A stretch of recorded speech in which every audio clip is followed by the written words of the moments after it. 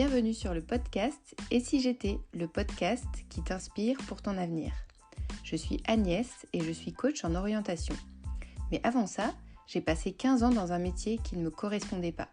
J'ai suivi ce qui était bien de faire, je suis rentrée dans le moule, j'ai suivi une suite logique toute tracée. Après le bac, j'ai fait un IUT, ensuite un master en école de management en alternance. Le tout toujours dans le marketing et la communication parce que ça avait l'air sympa.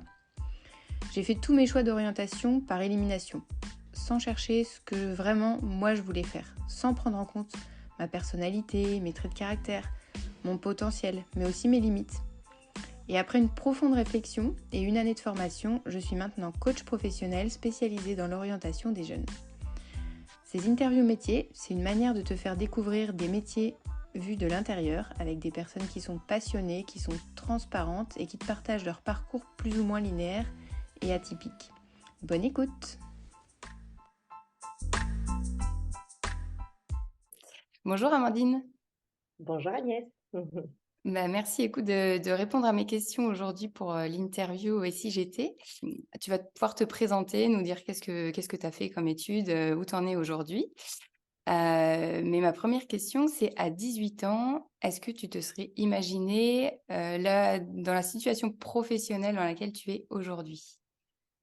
À 18 ans, pas du tout. Et je ne savais pas du tout ce que j'allais faire à 18 ans. Du tout, du D'accord. tout. Comme ça pose les bases. Oui, tout à Ça fait. marche.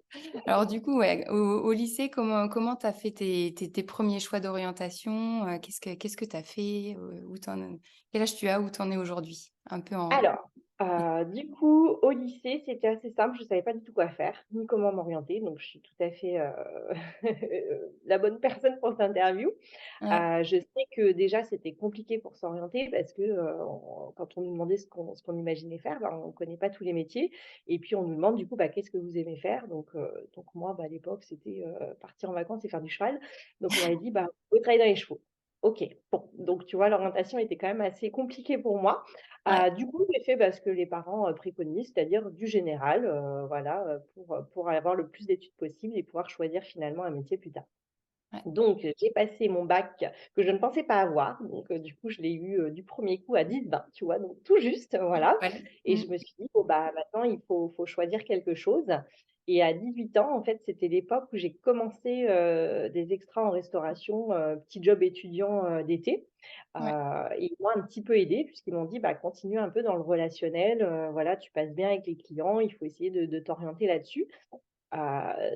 Et ensuite, ma mère m'a dit: écoute, il existe, un pôle dans les entreprises qui s'appelle, en fait, les ressources humaines. Donc c'est Ouais. gérer justement l'humain dans les sociétés. Ouais. Donc j'ai dit: «Bon, écoute, dans ce cas-là, je vais essayer de trouver quelque chose, qui correspond à ça». Et j'ai effectivement, poursuivi en DUT, gestion entreprise administration, spécialisée dans les ressources humaines. Donc un Ok. bac, voilà. Suite à ce bac+2, donc on avait des stages à effectuer, donc toujours la même question: «Qu'est-ce que je vais faire?» Parce que c'est bien beau la gestion d'entreprise, ressources humaines, mais voilà. Et dans les ressources humaines, il existe aussi plusieurs, domaines, donc la Ouais. formation, le recrutement, le juridique, enfin, il y a beaucoup de choses aussi dedans. Et j'hésitais, tout simplement, vers en quoi, encore une fois, m'orienter. Donc suite à ça, j'ai trouvé un stage, chez Vinci, au siège qui est à Rueil-Malmaison.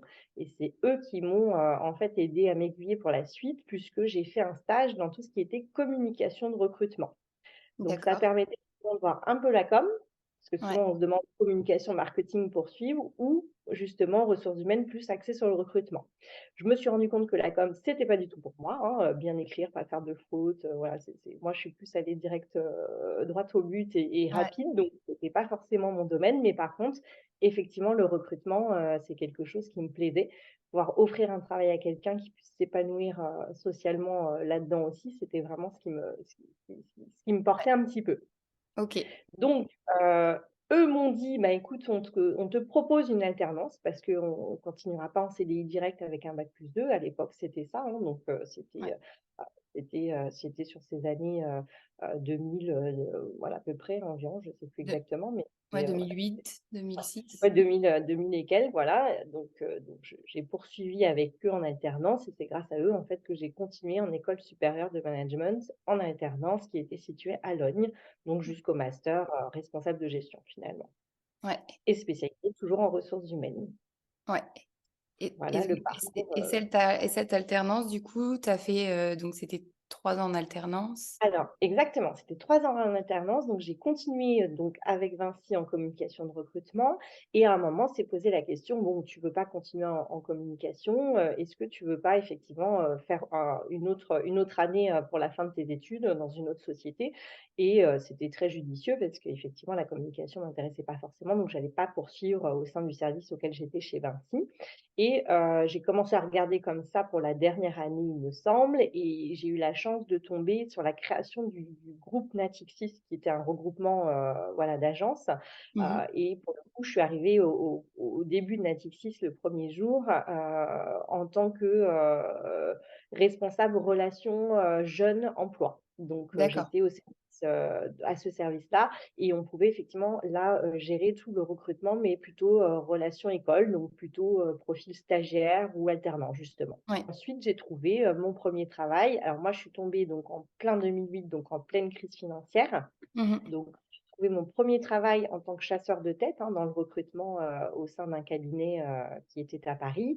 Le petit souci, c'est que 6 mois après, bah, effectivement, tous les CDI qui avaient été embauchés, bah, ont été arrêtés sur période d'essai, puisqu'on était en pleine crise et qu'il y avait plus de recrutement, donc beaucoup moins de métiers fonctionnels, et Ouais, c'est plus sur le commercial. Donc j'ai commencé un petit peu à revenir plus dans le domaine commercial, donc relations clients, en plus du recrutement, en arrivant en fait en agence d'intérim, où j'ai effectué 8 ans de ma carrière, vraiment dans le recrutement, ressources humaines, mais au sein d'une agence de travail temporaire, donc qui recrute des ouais. intérimaires, qui mettent en place chez différents clients. OK.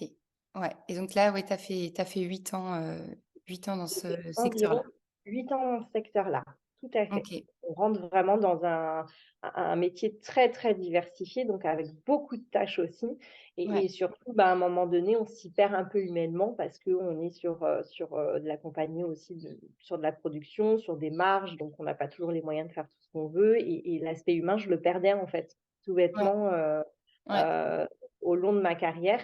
Et 8 ans dans le travail temporaire, c'est déjà très, très bien parce que c'est quand même des métiers, très, très, très lourds à porter, très diversifiés avec, ouais, voilà, de demandes partout.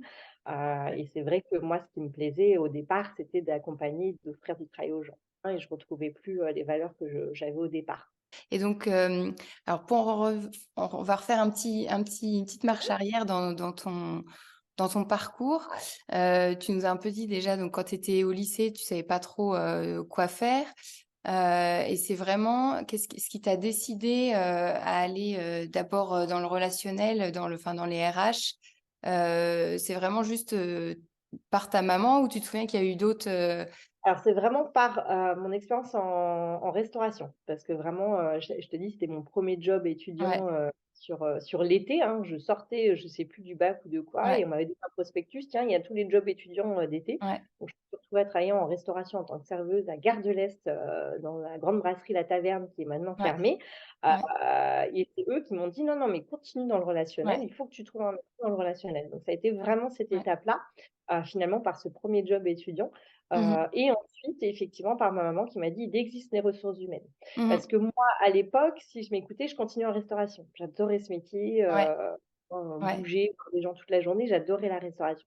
Sauf qu'effectivement, on écoute quand même à un moment ses parents qui ont un peu plus de recul sur tout ça et qui ouais, nous disent: «Oui, mais Amandine, tu sais, la restauration, c'est physique, c'est tous les week-ends, faut de ouais. l'anglais». Alors moi, effectivement, l'anglais était catastrophique et l'est toujours, donc c'est pas du tout pour moi. Et effectivement, il y a des postes où il faut évoluer avec, aussi des langues, et puis ça Mmh. reste très physique tous les week-ends, voilà. Ouais. Donc j'ai écouté aussi ma mère là-dessus, Mmh. et effectivement, j'ai continué en ressources humaines par rapport à ça. Ouais. Mmh. Et j'ai l'impression que du coup, un peu tout au long de tes premières années, tu t'es pas mal fait aider, guider par, ton 1er employeur de job d'été, tes parents, Mmh. ensuite, ton employeur en alternance. Ça t'a beaucoup aidé de Ah pouvoir beh, échanger avec complètement. eux?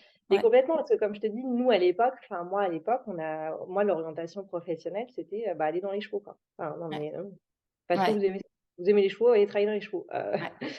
Donc c'est très restreint comme aide et Oui. comme guide si tu veux, ça Ouais, c'est ouais, pas ouais, complètement. logique. Donc nous à l'époque, effectivement, on n'avait pas de coaching, on n'avait Ouais, pas, tout ce qui était reconversion, même la reconversion par la suite, c'est par ma sœur, donc c'est encore de ouais, l'entourage proche qui finalement m'a guidée. pour me Mmh. reconvertir. Donc c'est vrai que moi, voilà, l'aspect coaching m'aurait, beaucoup aidé, je pense, à Ouais. l'époque pour, Mmh. plus facilement, en fait, passer le pas, passer le cap, en tout cas. Ouais, ouais, Mais, ouais. effectivement, je me suis appuyée, des conseils, par contre, parce que, moi, des ressources humaines, dans une entreprise, j'aurais jamais su que ça existait ni ce que c'était. Donc, Ouais, ouais, ouais. d'avoir l'aide de quelqu'un pour nous guider là-dessus et moi, en l'occurrence, c'était ma famille proche, je Ouais. j'aurais jamais, vraiment jamais su quoi faire. À 5 ans, bah, un petit peu comme, on fait appel à toi, je pense. Moi, j'ai eu besoin d'un coaching que je n'ai pas eu d'ailleurs, j'aurais bien aimé t'avoir à D'accord. l'époque. Mais, je me suis dit: «Bon, voilà, je m'y perds un peu, Ouais, dans cet humain que je n'ai plus au final, ouais. tellement, en faisant 15 000 tâches et en étant appelée de partout». Donc j'aimerais retrouver cet humain-là. Mmh mh. Et je me dis: «Bon, bah, qu'est-ce que j'aime faire? Qu'est-ce que j'aime pas faire? Qu'est-ce que je veux plus faire?» Voilà, donc difficile de faire un petit point un peu sur moi-même Ouais. et j'ai la chance d'avoir une sœur jumelle, une fausse jumelle qui, à l'époque, était en train d'acheter une maison et Ouais. qui me dit: «Amandine, tu as du commercial, tu as de l'humain, tu as du recrutement, mais voilà, tu peux aussi te reconvertir peut-être dans l'immobilier».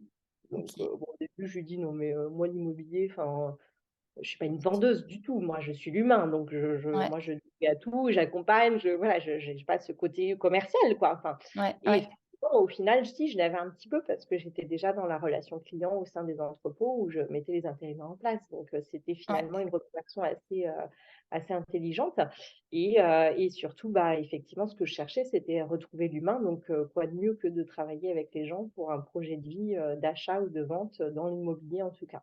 Ouais.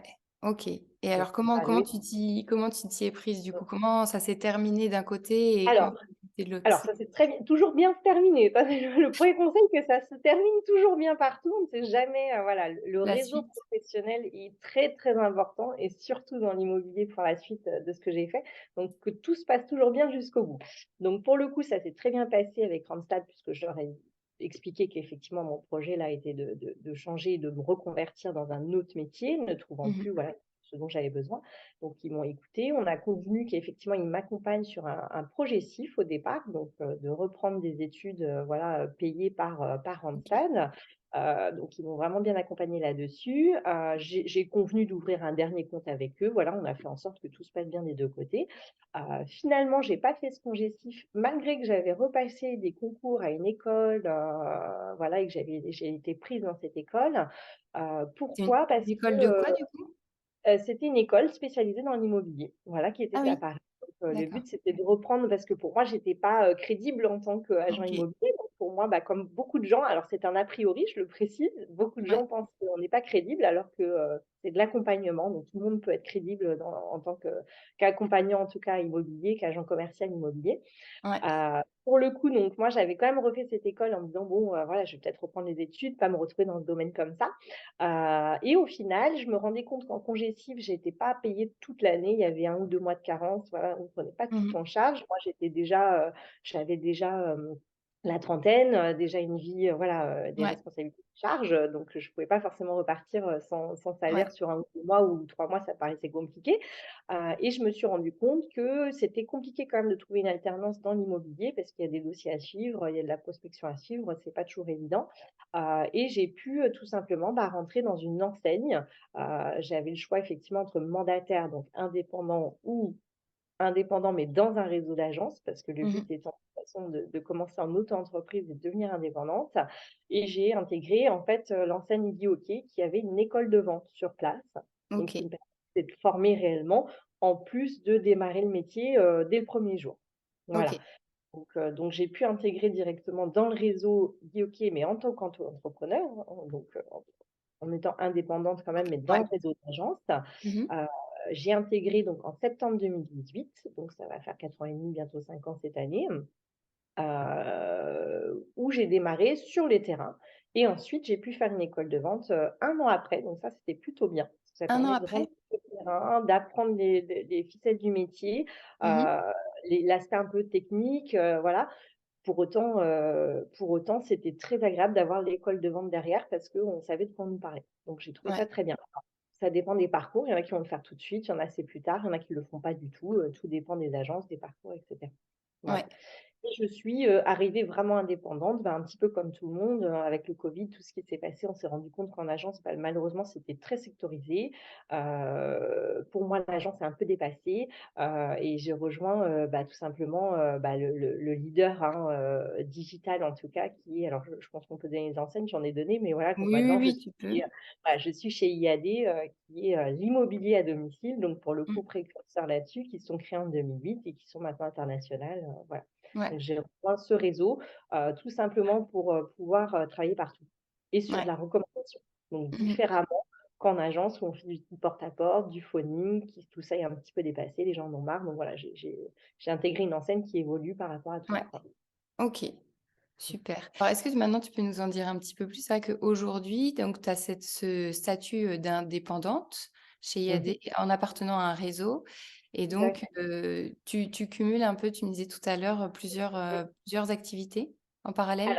Alors, chez IAD, déjà, je cumule mes 2 emplois un peu favoris. C'est-à-dire qu'au-delà de faire de la vente et pour moi, c'est pas de la vente parce que le vendeur reste le propriétaire des maisons, des appartements. Nous, on est juste là pour, accompagner, donc on ne fait pas Ouais. réellement la vente. Nous, on est là pour accompagner sur le process, mais au-delà de ça, chez IAD, on développe aussi des équipes. Donc ça veut dire que finalement, je retrouve l'aspect on ne dit pas recrutement chez nous parce que, nous, on est indépendants, on ne peut pas forcément recruter, mais on développe nos équipes, donc on peut former et accompagner d'autres personnes qui vont travailler dans notre équipe. Donc au Mmh. final, mon parcours fait que je retrouve aujourd'hui aussi Ouais, l'aspect un petit peu formation, ressources humaines, recrutement que j'avais à l'époque. Là, on travaille différemment, on travaille sur de l'apport d'affaires et on travaille sur de la recommandation. ouais, Donc aujourd'hui, moi ça va être là, par exemple, tout à l'heure, je vais rentrer un mandat, dans le 92, parce que quelqu'un m'a recommandé à cette personne. ouais. Donc OK. il y a un aspect confiance, il y a un Mmh. aspect je ne suis pas sectorisée, contrairement aux agences, je peux Ouais, travailler tu es pas partout, limitée, exactement géographiquement. sur un Mmh. secteur.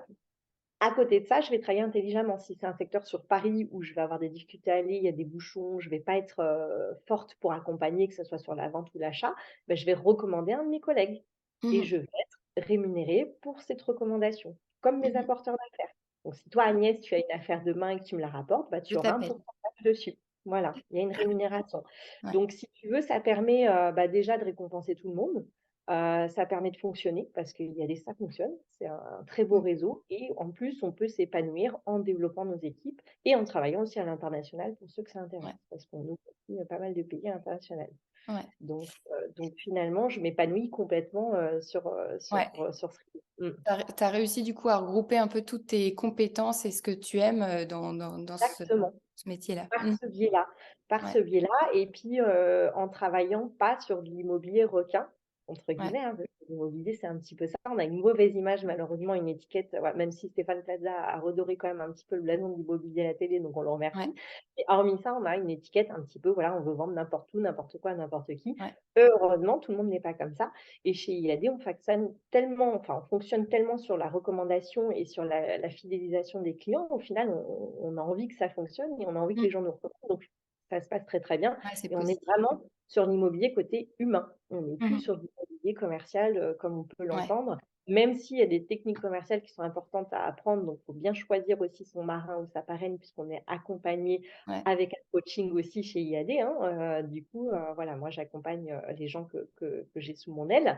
ouais. Voilà, ça reste des métiers qui sont aussi commerciaux. Il y a quand même des techniques à connaître. Mmh. Et est-ce que tu pourrais nous décrire un petit peu une journée ou une semaine type, pour toi dans ton métier? Alors, planification et mot d'ordre effectivement, Ouais, en immobilier. Alors il y a des semaines types, il y a des journées très différentes puisque, l'immobilier c'est, quand même du commercial, donc à la base de la prospection, donc aller chercher des clients. Beaucoup viennent à nous au bout d'un certain temps, mais pas au début. Donc il faut quand même, relancer ce qu'on appelle une liste chaude, c'est-à-dire, voilà, les gens qu'on connaît dans notre entourage et faire vraiment de la prospection, aller chercher des biens à vendre, des biens, soit des clients pour vendre, soit des clients pour acheter entre guillemets. Ouais, Donc il y a de la prospection quand même à faire, il y a du téléphone aussi, relancer son entourage. Après, bah, une fois qu'on a, ces premiers biens à vendre, bah, il va falloir, déjà administrativement les rentrer, donc créer le mandat, c'est-à-dire le contrat, hein, pour les termes un peu plus simples. Et puis ouais, ensuite, il va falloir gérer tous les appels, tous les mails, toutes les personnes qui vont être intéressées, par ce bien. Ensuite, effectuer les visites et puis ensuite, bah, on va accompagner jusqu'à la fin. Donc une fois qu'on aura une offre validée par le client, bah, on va accompagner en promesse, de vente chez le ouais, notaire et puis on va accompagner ensuite le financement jusqu'à l'acte authentique de la remise des clés. Voilà. d'accord. Donc une journée type peut être variée en fonction des rendez-vous. Ouais, L'avis de valeur à créer, le rendu d'avis de valeur, la prise de mandat, la visite avec, l'acquéreur, voilà. Et comme il faut du temps pour se lancer, on peut avoir une double activité, ce qu'on appelle chez nous, qui là est intéressante puisque, quand on travaille comme moi non plus sur de la prospection, à l'ancienne, bah, on peut travailler sur du réseau. ouais, Donc là, par exemple, bah, des extras en restauration, en double activité, bah, peuvent vous permettre de créer du réseau et effectivement, d'avoir des clients de cette façon.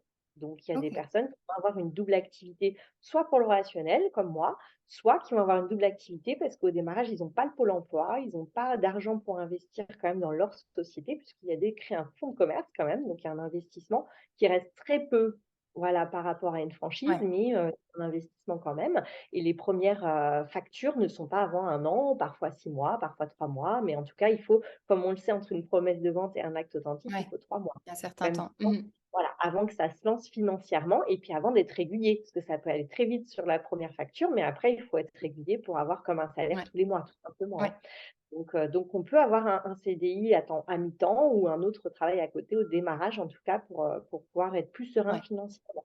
C'est possible. D'accord. Et si par exemple, les jeunes qui nous écoutent ont envie de se lancer dans l'immobilier, donc sans avoir fait une première carrière d'abord, Mmh. qui sont soit au lycée, soit, dans les études, est-ce que tu aurais un conseil en particulier? Alors, ils peuvent rentrer facilement, enfin facilement, ils peuvent Oui. rentrer dans l'immobilier jeunes comme ça?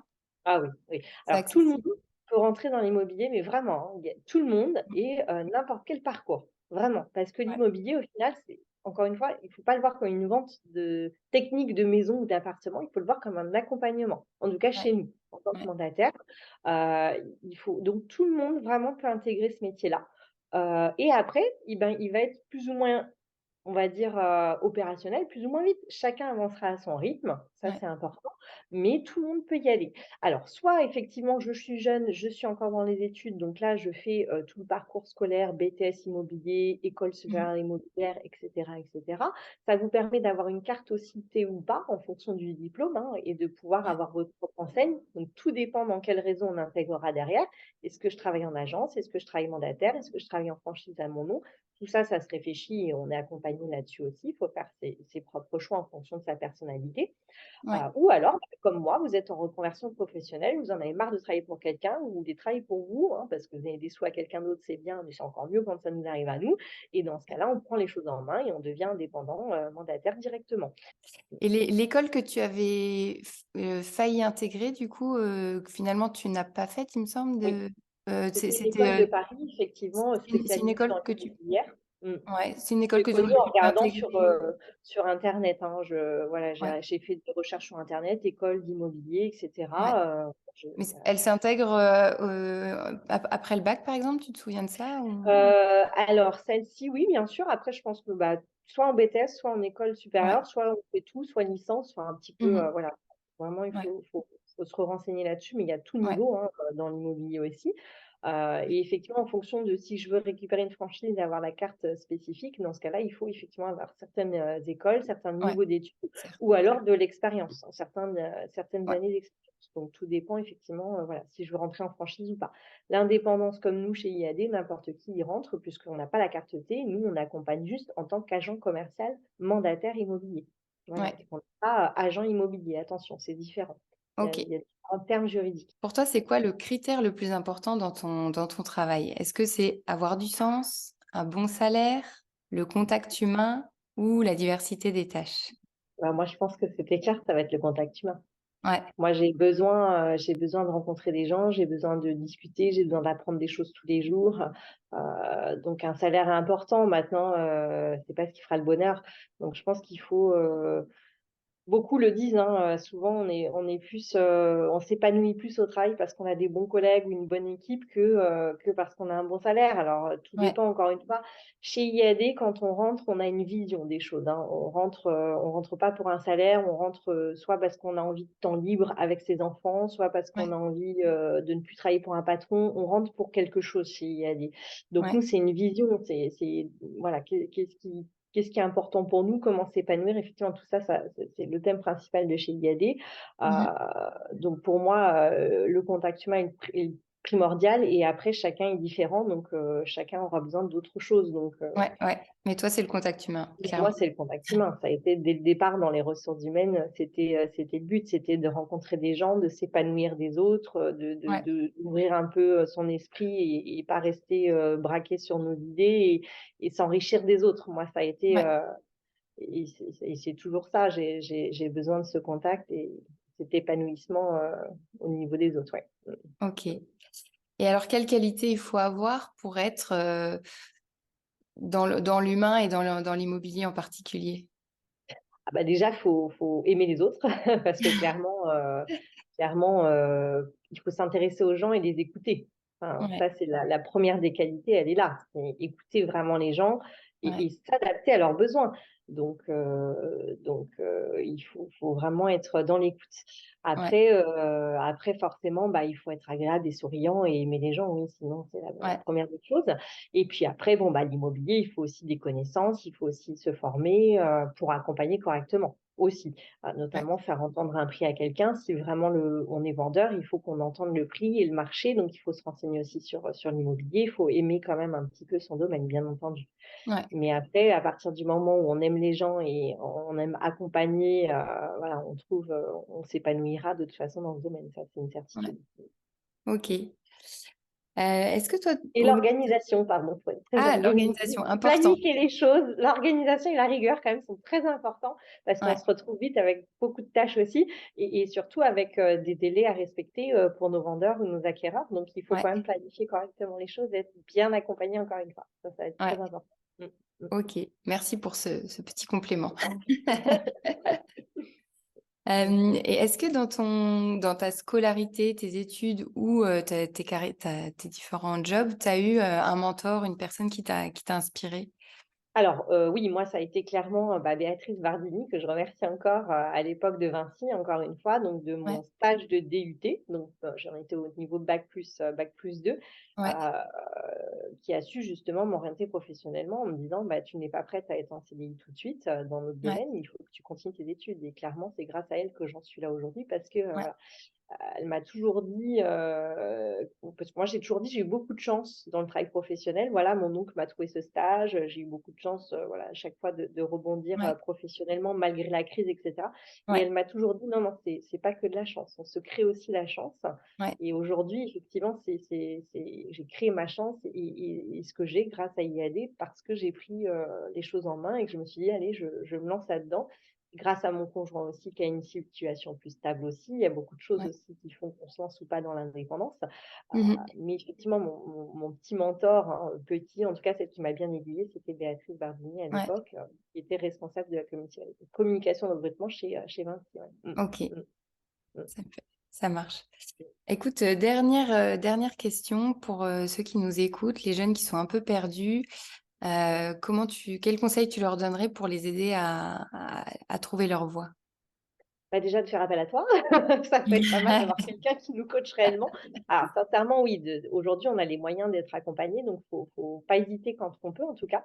Ouais, Écouter les conseils de son entourage parce que finalement ils nous connaissent quand même beaucoup. Ils connaissent nos qualités mais aussi nos défauts, donc il y a peut-être des postes sur lesquels on se voit qui ne nous correspondraient pas, donc il faut vraiment écouter je pense son entourage proche, ses parents notamment quand on peut ou les frères, les sœurs, enfin des voilà, mais plutôt des personnes adultes quand même qu'on recule sur le ouais, travail, sur le monde du travail, heu ouais, et prendre tous les conseils qui peuvent arriver. Après surtout ne stressez pas et n'angoissez pas, voilà, moi j'ai mes beaux enfants qui ont 12, 16, 20 et 25 ans, donc je suis en ouais, plein dans l'orientation, hein, ce qu'on disait tout à l'heure. Donc c'est pas évident à 16 ans de se dire déjà quelle option je prends pour la suite. Donc voilà, il faut écouter ses parents parce que c'est eux qui connaissent le mieux et qui aideront le mieux à aiguiller, les professionnels comme toi si possible et puis derrière, il faut s'écouter soi quoi. Qu'est-ce qu'on aime faire? Parce qu'au final, c'est pas vraiment un métier, c'est surtout, qu'est-ce que j'aime faire à l'école à ce moment-là? Donc est-ce Ouais, que je suis plus maths? Est-ce que je suis plus sciences? Est-ce que je suis plus littéraire? C'est ça qu'il va falloir, définir au tout début. Donc ouais, voilà, mais au moi, départ. dès le départ, j'ai écouté les conseils des autres parce que franchement, on ne peut pas savoir, il y en a qui le sauront exactement ce qu'ils veulent Ouais, faire. Je veux pas de manuel, je veux de l'intellectuel ou l'inverse, voilà, mais je ouais. pense qu'il faut s'écouter, avant tout et écouter les proches, OK, super. faire au mieux. Mais on s'en sort toujours, tout se passera bien. Ouais, super. Ben, un grand merci Amandine pour ton Merci à toi partage Agnès. Mmh et puis on te souhaite une bonne continuation dans et l'immobilier. merci beaucoup. Merci à toi. À bientôt. À Au bientôt. revoir.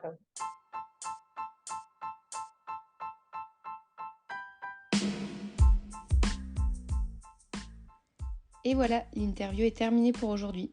J'espère que ça t'a plu, que tu as pris une bonne dose d'inspiration et de motivation pour avancer dans ton parcours d'orientation. Et surtout, dis-moi en commentaire si tu as aimé et n'hésite pas à la partager autour de toi. Partage aussi beaucoup de contenu sur Instagram, n'hésite pas à aller voir letsgocoaching.co.